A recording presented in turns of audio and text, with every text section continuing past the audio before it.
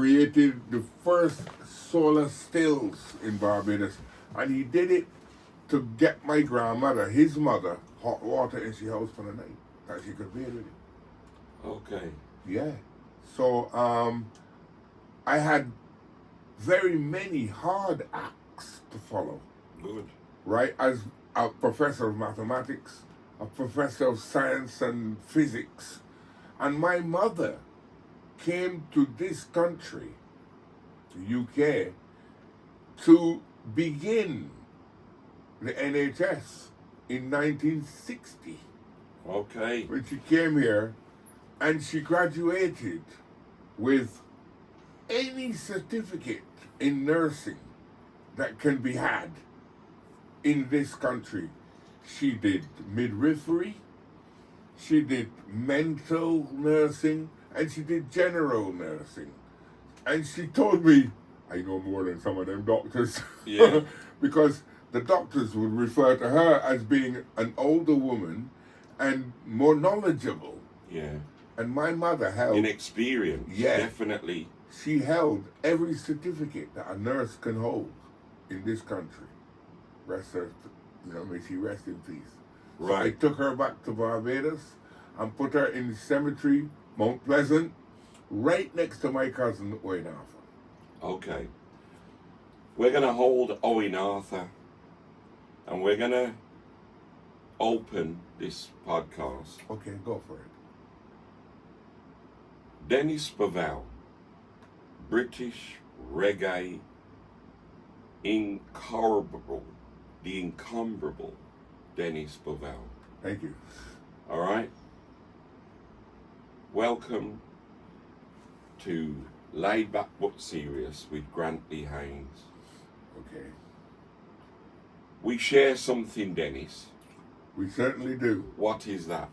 We transversed from Barbados Yeah. to here in the UK and were fortunately or unfortunately allowed to make a mark so that they could not forget us. Well, that's what somebody told me when I was writing the book. They said to me that what you've written for years is going to be remembered, and I hope it is. Because it's historical. Yeah. So it has to be remembered. It should be curricular. That's a good question. Yeah, But because we're working on that. it should be taught, Yeah. because people like us have so much experience in the UK.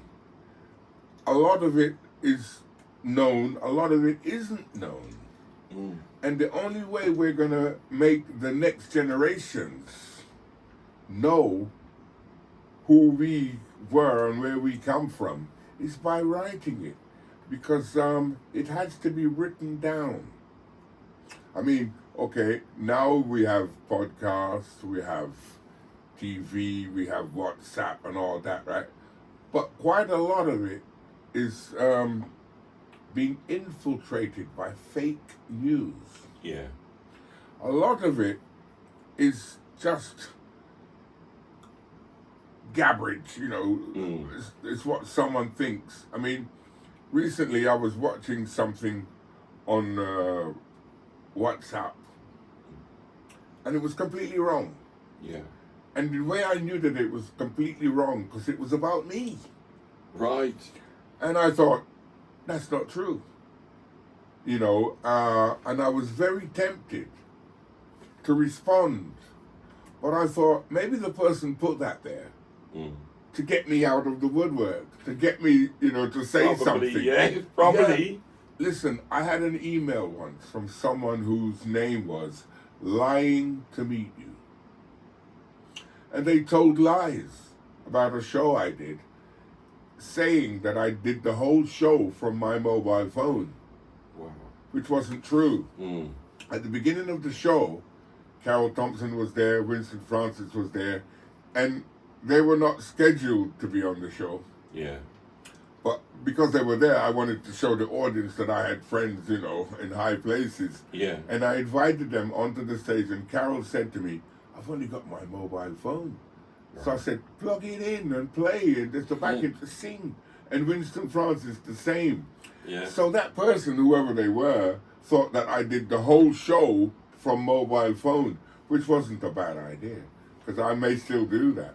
Well, definitely, because some of the tracks that you've been playing me from your mobile phone are incredible, and I will do what you asked me to do. Thank you. And I'll share some of them with some artists that have got incredible vocals that I'm working with. That's currently. what I'm looking for. So don't worry about that. I want to start where you started. Where I started what? Where you started reggae. Okay. Where you started to work with people that you just love to work with. You recognize their tone. You recognize their ability. Yeah. Well, I want to come from sound system. I want to start with Sofra. Okay. Sofra. I was, in my school years, I was in charge of two things at school. One was the school's recording studio. Two was the school's drama group, right? And my third love was a member of the school's orchestra. The school that I went to was in Wandsworth. In fact, unfortunately or not, directly opposite Wandsworth Prison. Wow. Now, Okay. one of I know my that fondest memories of Wandsworth Prison being across the road from my school was one day the headmaster went up on the rostrum and said these words. He said, "A prisoner's escaped from across the road." And I was a boys' school, right? And all over 1,000 boys went, "Hooray!" And you could see the horror on the faces of the teaching staff. Yeah. They probably thought, what kind of animals are we trying to teach here?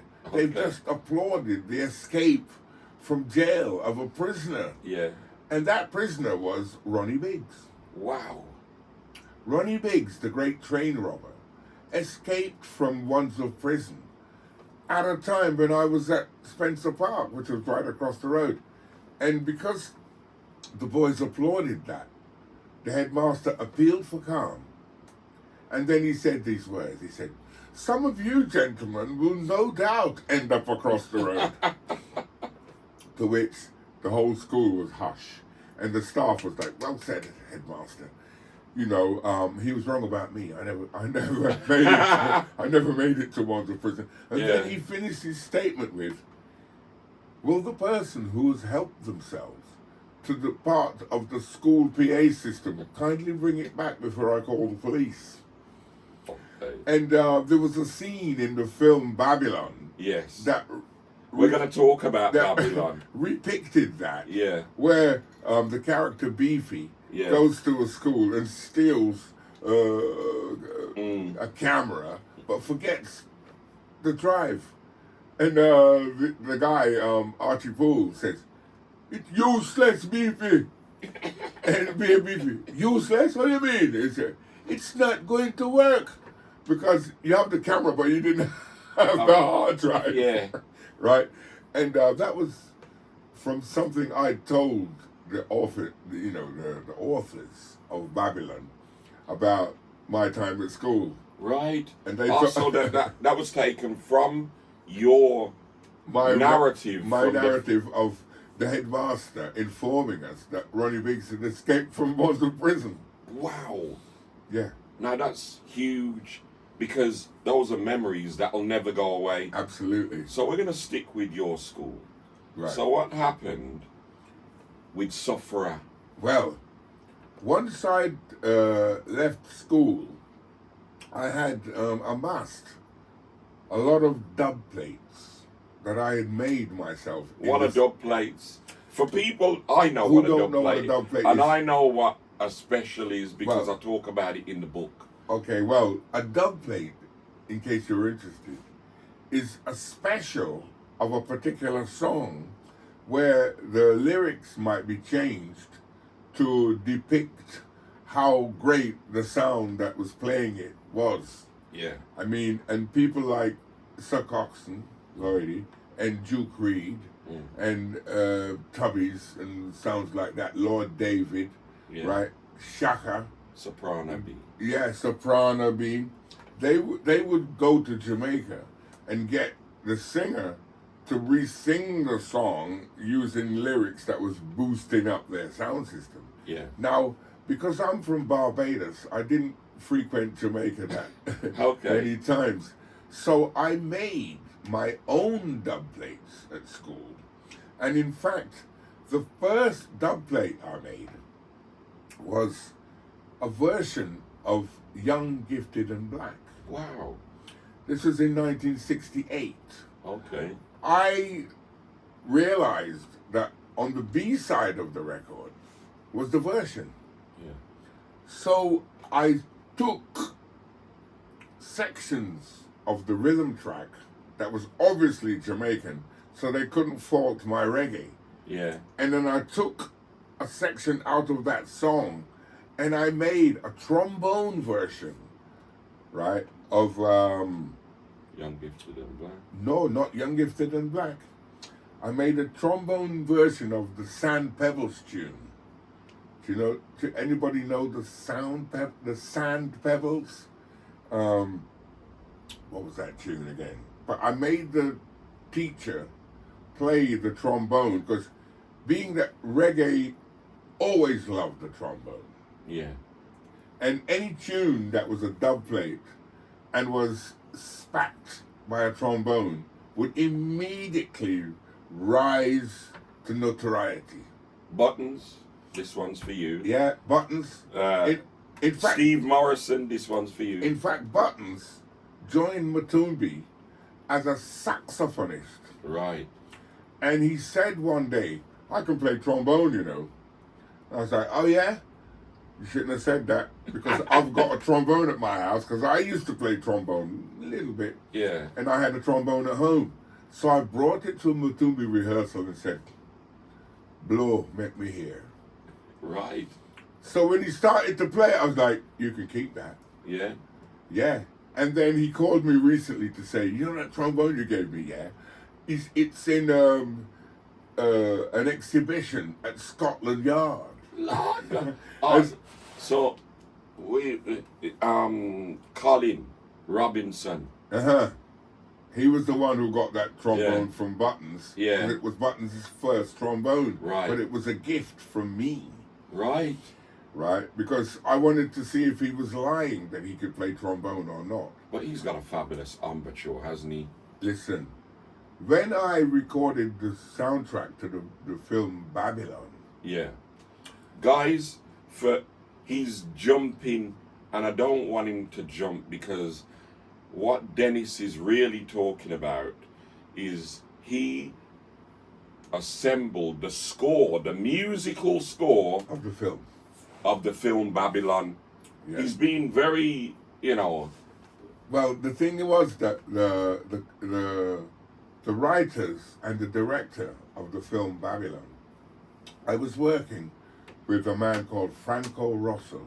Yeah. And we were doing a documentary on Linton Kwesi Johnson. Right. We're gonna come to these things. Linton Kwesi Johnson's first album, Yeah. Dread, Beat and Blood. Right. We were doing a documentary on that, and at the end of the documentary, he'd said to Linton, do you fancy writing some music for this film that I'm writing with Martin Stellman? And Martin Stellman had been one of the authors of Quadrophenia. Quadrophenia, he was a big writer, With Sting and Roger Daltrey. Yeah, Roger Daltrey and Sting. Sting was in there as well, Yeah. yeah. But it was mostly The Who. Yes, It that's was right. mostly about The Who, which I was a big Who fan. I mean, definitely they were huge. My band. favorite Who song was a song called Substitute. Yeah, In that song, brilliant song. there's a line, I look all white, but my father was black. I didn't even realize that was in it. That line is, I'm a substitute for another guy. I look pretty tall, but my heels are high. Yeah, Right? Simple things stated, not complicated, yeah. Substitute. I love The Who because the song My Generation. Oh God, thinking about My Generation. My Generation is the only song that's ever been to #1 in the UK with a bass solo. John Entwistle, the bass player. I'm talking about my generation. And you were the bass player. Right. I played bass in the school orchestra. But my first instrument was mouth organ. And then I wanted to play 6-string guitar because... Help me out. 6-string guitar... No, help me out. Help you out how? Once you know the chords, and once you know notation, and once you understand beats and You can bars... play bass. All right? Yeah. Okay. Well, the thing about my guitar playing was I fell deeply in love with Jimi Hendrix. Oh gosh, who didn't? Exactly. And I wanted to be able to eat the guitar like him. You know, I wanted to be able to... And when I succeeded in learning the solo to Hey Joe... Oh, what a song. Oh! Listen, a lot of boys my age started to respect me because I could play note for note Hey Joe. And then I tried to play Stone Free. Do you remember the rehash of Hey Joe that Peter Tosh did? Yeah, it was quite good, but it didn't really touch me like Hendrix. Oh, well, never. You know, in fact, a criticism that was leveled at Hendrix was, he can't sing. I was like, who needs to sing when you can play guitar? Like... Do you know what I mean? Yeah. And I said, I don't care. I've got a voice. I can sing too. So yeah. I sang Matumbi and I played guitar. Right? The thing is that having learned this instrument, the guitar, I was hell-bent on having a band. And at the age of 13, yeah, when I first arrived in the UK, I met 3 other boys my age who had a band. And that band was called Roadworks Ahead. Okay. And in fact, we helped ourselves to some of the signs, you know, Roadworks Ahead that we used to see on the street, and adorned the stage at school. One morning when we were about to play in assembly, the headmaster arrived and said, "Where did you get those from?" And we're, "Oh, sir, we borrowed them from..." He goes, "Take them back now!" And ruined our stage props, you know. Oh, gosh, the presents. Yeah, so when I made it in the school drama group, and we had a good play, we did a play called Oh, What a Lovely War. And I played no fewer than 14 parts in. I was on, off, different costumes and all that. The headmaster said to me, "Bovell, a lot of sins are forgiven." Because what had happened was, when the recording studio was being built, I noticed that a lot of black students were involved in the building on the pretext that they were learning masonry, they were learning carpentry, and all that. And that was quite good. But when it was being operated, there were none of us in sight. Right. So one lunchtime, I went up there and knocked on the door. When they opened it, I went, "Right, who's in charge?" And they couldn't answer. At 13? Yeah. So I said, "I'll tell you who's in charge. I'm in charge." Right? Because when the studio was being built, there was plenty of black labor. Now it's being operated and we're getting the knowledge of how to operate it. There's none of us. And I am the spokesman for all the black pupils in this school. And if I'm not allowed to do what I want to do, there could be trouble. Right? And so I was reported to the headmaster, of course. Yeah. And when I was up in front of the beat, as we used to call him, the headmaster, I said, "Sir," and relayed my story. I said, "When it was being built, there were plenty of us. Now it's being operated, there's none of us. And I am the representative of all the boys who helped to build this, right? And we could do a survey if you like. They want me to be in charge of this." And the headmaster laughed and said, "What makes you think you can do this. I told him again why my reasons were for doing it. And he laughed again and said, you know what? I think I'll let you stay. But if you put 1 foot wrong, you'll be for the high jump, my lad. And I was in charge of the recording studio. Now that recording studio was built primarily for sound effects for the drama group, of which I was a part, right? But I thought, recording studio, we should be making music in here. Definitely. So I had a word with the schoolkeeper, and when he was locking up the compound, the last room he would lock up would be the studio, because that would give us 45 minutes after school to record what I wanted. And I had made the dub plate. This dub plate, and the tune I remember doing, the first one was Guantanamera. Guantanamera, ba-da-da-da-da-da-mera, right? And I made a dub plate with the teacher playing trombone and flute. That's the Sand Pebbles tune. Yeah. And I went to a blues dance one night in Balham, where a sound system called Jim Daddy was playing. Yeah. And Jim Daddy is one of the sound systems from my parents' generation. Yeah. And I went in boldly with my acetate and said, Jim, play this. He's like, youth, move on, go. So I wouldn't let him alone until he said, all right. And he put it on the turntable. When he heard him say, you will make this? I was like, yeah. He said, how much you want for it? Said, I'm not selling it. He went, I'll give you £3. I give me £3 and took the record. Yeah. With that £3, we had a drink and got a taxi home. Because this is in 1968. Yeah.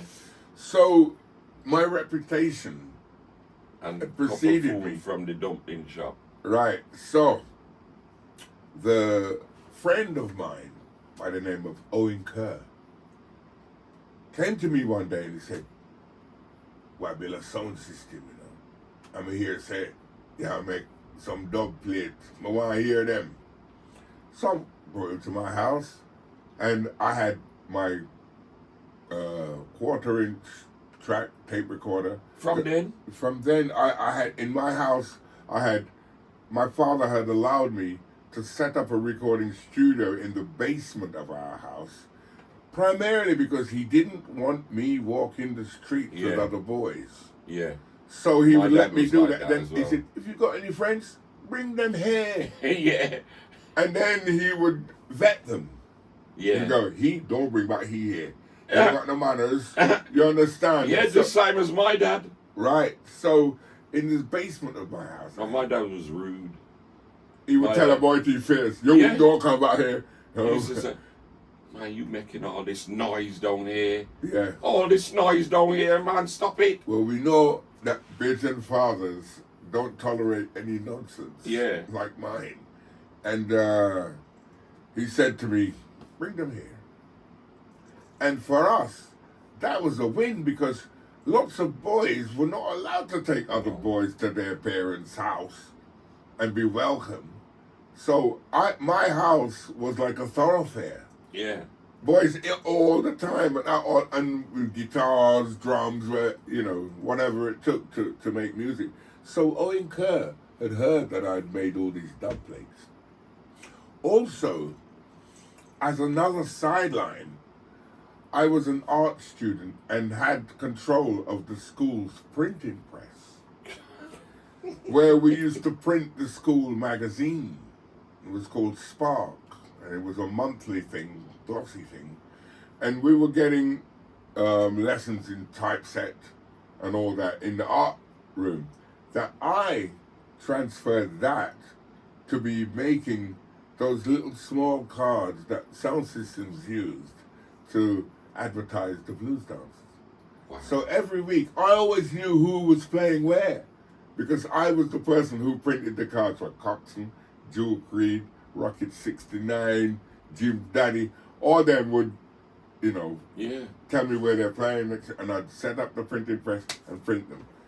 So that allowed me to know where all the blues dances were. So all the boys my age, by this time I was about 16, Right. would come to me and say, the blues dance in there. And I would tell them where sound systems were playing that house blues. Yeah. You know, so I was quite a popular guy. And because I'd made these dub plates, Owen came and said, let me hear them dub plate the way I want. So I played the first one, yeah, I want that. Second one, yeah, give me that. Third one, yeah, man, I think. And I was like, you building the sound? He said, yeah. Have you got a DJ? Yeah. No, well, work on that. So I said, well, I'll be the DJ and I'll give you all these dub plates for nothing. But let me be the DJ. And it was a good deal. Oh, definitely. So I became the DJ Right. of Sufferer's Sound. Phenomenal. And from there, So who were the members of Sufferer Sound? there was the Francis brothers, Yeah. Errol and Oliver. Yeah. They were the main architects of the sound. Yeah. Right, and then we had some 30 or 40 followers that came with us. Are any still around now? Well, yeah. I know a some of them couple. are still. Huh? Natty. Natty. Well, Frontline. no, Natty. Coxon. Natty. His mother and my mother are related, and they were both nurses. Right. So when time came for me to give up the sound because I had other business to deal with Matumbi, Yes. it was, a no-brainer that I would give control to Natty. Right. So Brilliant. Natty was the second controller of Sufferer's Sound, because when I started playing, it was a brand new sound. Right. And in fact, when the Rainbow Theatre in Finsbury Park closed down, Errol and Oliver bought the speakers, Wow. 21-inch speakers. We had to buy a new van to take those speakers around. Right. And we So Bagger John. Bagger John was one of our followers. Right. He was one of our he was a box engineer. Those guys were well respected on my sound, because without them lifting them boxes in and out of where you're playing, you're stuck. Yeah. How are you gonna lift 40 boxes yourself? No, man. You can't live. So we had a number of fellows that came around with the sound system, and Bagger John was one. His cousin, Errol Campbell, who I recorded later, had a really sweet voice, and he was studying electrical engineering. That's what I did when I built my sound. Right, and Sufferer wasn't me, but Errol Sufferer was his tutor. Yeah. Right, and so I mean, one job that we got doing rewiring was to rewire the Barbados High Commission in Belgravia. Wow. So the amount of cash we made from that, it funded records, it funded the sound system. Wow. That's a bit of history. Yeah, so we rose from there and went all So over. big up old Barbados. Yeah, And big up the High Commission. absolutely. Big up Maya Motley. Yeah, Big up your cousin Owen Arthur. yeah. Big up My other cousin, Hainsley Ben. Lord. Yeah, Big up my cousin. Kev Catty Be Clean do it. from Man. Yeah, Listen, we share a lot, but we're gonna I continue. agree. Listen, I would like to big up the first man that went from Barbados to Jamaica to sing with the Ackalaides, and I'm talking about Jackie Opel. Right. A lot of people don't remember Jackie Opel because he died at the tender age of 27 in the 60s. He was a young man, but he was the voice of the Ackalaides. Yes. And correct me if I'm wrong, but when he passed away, they didn't have another lead singer. They just backed a lot of artists that they became a Vocalists, yeah. Yeah, vocalists. So sound system, I mean, we went all over the UK playing that thing and set up. I remember I used to sneak out to see you guys At the Metro. I was about 11 or 10. Bad boy. Well, my dad didn't even know I was out of the house. Of course not. You know what I mean? I used to sneak Through the out window. to the window, go down the drain pipe. Well, I used to do a similar thing. But one night when I came back to the house, we had a dog and it had been raining. And he jumped up on me and put his paws all over my church suit. Oh, you're mad. So I thought, I got to get this clean before my mum and dad find out. On Sunday. No, my mum was a Seventh-day Adventist. Saturday. So I went to church on Saturdays. Yeah. When all my friends were out Real. church, right?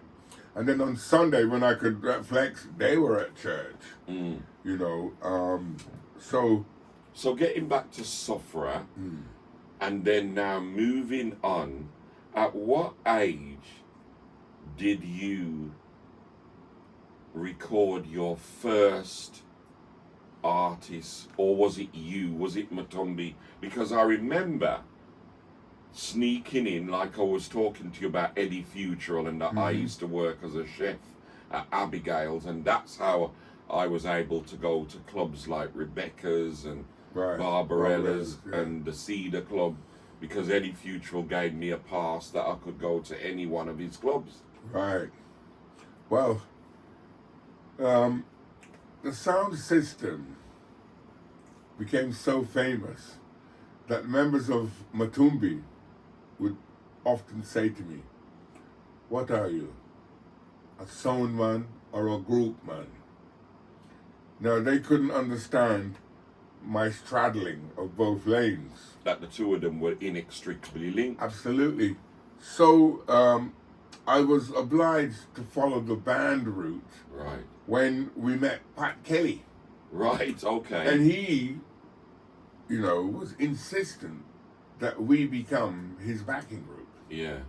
And we did. Then after that, we did the same thing for Ken Booth. Similar to what the Cimarrons had been doing. Right. Right. And also for Johnny Clark, Yes. Roy, Yes. Derek Morgan. Yes. People like that would come to England and get Matumbi to be the band. In fact, some musicians in Jamaica once backed me in the corner and said, "We hate you." I was like, "Why?" He goes, "Because of you, we don't get to come to England because the singers are saying they've got a band in England." You know, and it was like Matumbi and the Cimarrons, because if one of those two groups didn't back you, you weren't happening. Yeah. You know, because we had learned how to play reggae and learned how to mimic Yeah. the Jamaican style. Yeah. At the same How time, did you do that? listen to the record and play exactly what was on the record in the same vein. You know, that wasn't difficult because it wasn't something that we were creating. It was something that was already created and we were learning it. So you're saying that any man that can play And wants to, and wants to, can. whether they're black, white, Doesn't matter. The thing about Matumbi was our first keyboard player, Nick Straker, is a white kid. yeah, And when they saw us turn up with him, he'd be like, them over white dude. And when they heard him play, they could only respect him. yeah, In fact, we used to put on a group clash yeah, at a place in Battersea called Poultney Hall. yeah. Now, Poultney Hall was where the Big Four played. Coxon, True Creed, Neville Enchanter, you know, sounds like that. And so we turned that same church hall into a place where we would have group clash. The first group clash we had was with a group called Black Volts. Now, one of the members of Black Volts was Frank Bruno's elder brother, Michael. Right. And he was a keyboard player. Okay. But he wasn't as good as my little friend. Yeah. Right? And my sister always referred to him as Ginger. Oh, Ginger. Because he's got ginger hair, right? Yeah. And Michael wasn't as knowledgeable. All right, so his fingering wasn't as good. as that kid. Right. Now, Because that is the a crux thing of it. about, Playing when keyboard. I see Tony Gadd play, Yeah. you know what I mean? He entered Aswad as a keyboard player That's right. and ended up as the bass player That's because right. George left. Because when Aswad or when Drummy was producing records, he used to bring Tony as the keyboard player. On the soundtrack of the film Babylon Yeah, that I presided over, yeah, the band was Angus, Drummy Zeb, yeah, Tony Gadd, yes, John Kapai, and Yeah. me. right. Then I would add like Buttons and Patrick or... So you did the Warrior Charge? No, No. that was the only tune I forced them to write that because in the script it would be a tune that Mikey brings... Campbell produced that. I think so. Yeah, His name was down as the producer, but I think the group produced it themselves. right. Because Brinsley was playing the principal actor in the movie. Yeah, I was thinking, why do I have to write something for Brinsley? He's a musician and he's got a group, Aswad, and they're very good. yeah, Right? So I didn't write that tune. right. I made them write a tune for themselves because Brinsley was going to have to write lyrics and repeat the lyrics and all that. I thought, I can, but I don't really want to write something for Brinsley Ford. He's my brethren. Yeah. And he's very talented. I mean, as the oldest young black performer on TV. Wow. Whenever I spoke to Brinsley, that's what I spoke to Brinsley about, the double deckers. Yeah, and he was also in some James Diamonds Are Forever. He was in James Bond. Right. Yeah, and a good friend. So I said, no, that tune, Brinsley and them lot can write that tune. And they came up with Warrior Charge. And when I heard it, I thought, yeah, great. Because it was made in the same vein that I was making the other tunes with his members, which like trombone, harmonica. Yeah. That's what the two ingredients of what I was doing. And Tony and Drummy knew exactly what songs I'd made and how, because I taught them to play my tunes. Right. Right? Because I was given the privilege of watching what we call the rushes, which was when they went out and filmed, they would come back to the studio and show me what they'd filmed. Right. And I had the privilege of having a VHS machine. And in 1979, there weren't many of those around. You bet. So they would put The only place I knew they were is in school. There you go. So they would put the shots. Oh, you get one. No, the film company gave me one. Right. Okay. Right, and I have it in the studio. And then I'll be watching what they shot and tinkering on the piano, maybe tinkering on the bass, tinkering on the guitar to create. And my idea was to create a song or a piece of music that was immediately identifiable with the actor. Yeah. So when I got Buttons... So that's how you thought. You thought, I gotta make this sync with the actor, right, so that it would be felt by the audience. So that whenever that actor was on the screen, a piece or excerpt from that particular tune would come on. Yeah. So like I got a cutaway or whatever. Yeah. I got Buttons to play trombone on a tune called Beefy's Tune. Right. Because there was a point in making the music that I was ready to tell the director, listen, this film should be called Beefy. Because he was the most senior actor there. And it showed. Right? And they went, no, Babylon. So I stuck to it being called Babylon. And I thought I would write some music that would be, that could be made proud of Isaac Hayes, Curtis Mayfield. So you were thinking on that level? I was thinking on that level, so I wasn't thinking strictly roots, reggae. No, I wanted the film to be reminiscent of music that we listened to in the clubs, because, as I said, when I was producing Manu Dibango on his 70th birthday, I said, you know what, Manu? There are some exceptions to the reggae rule in dance.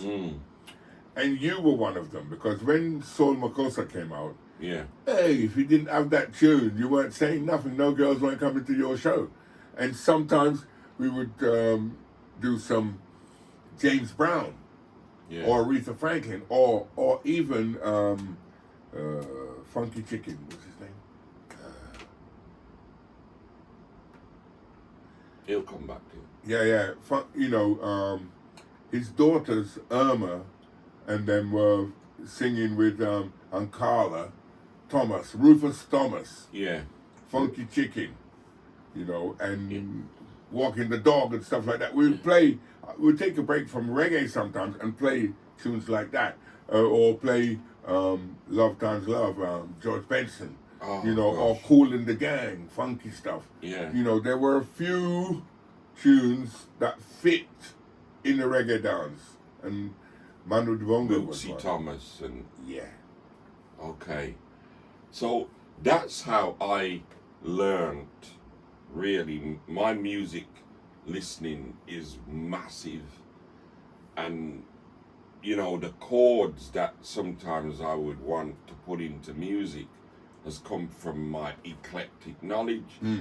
So some of my friends usually say my reggae is kind of educational reggae because it's got so many chord progressions or whatever. Well, chord progressions are what caused me to write that song, Silly Games. Okay, tell us about Silly Games. I wanted... Now, this is the man who wrote Janet Kay's Silly Games. And I don't mind him being in the laid-back but serious chair right now, because I am so proud of him. He's taught me so much. He and Neil Fraser, Mad Professor, My brother. whenever I've been stuck and I feel I need somebody to help me with something, they're there. Just As a reference point. Yeah, definitely. We just talk naturally, Yeah. and we can talk at 12 o'clock at night. That's what it is. Or That's the what friends are for. Yeah? Yeah, and in fact, that's what Friends Are For was the first tune I worked on, Janet Kay. And she wasn't there. Delroy Witter, D-Roy Records. We're gonna come back to my friend and the great Dennis Bovell in just a moment. Dennis? Stick up in. Yeah.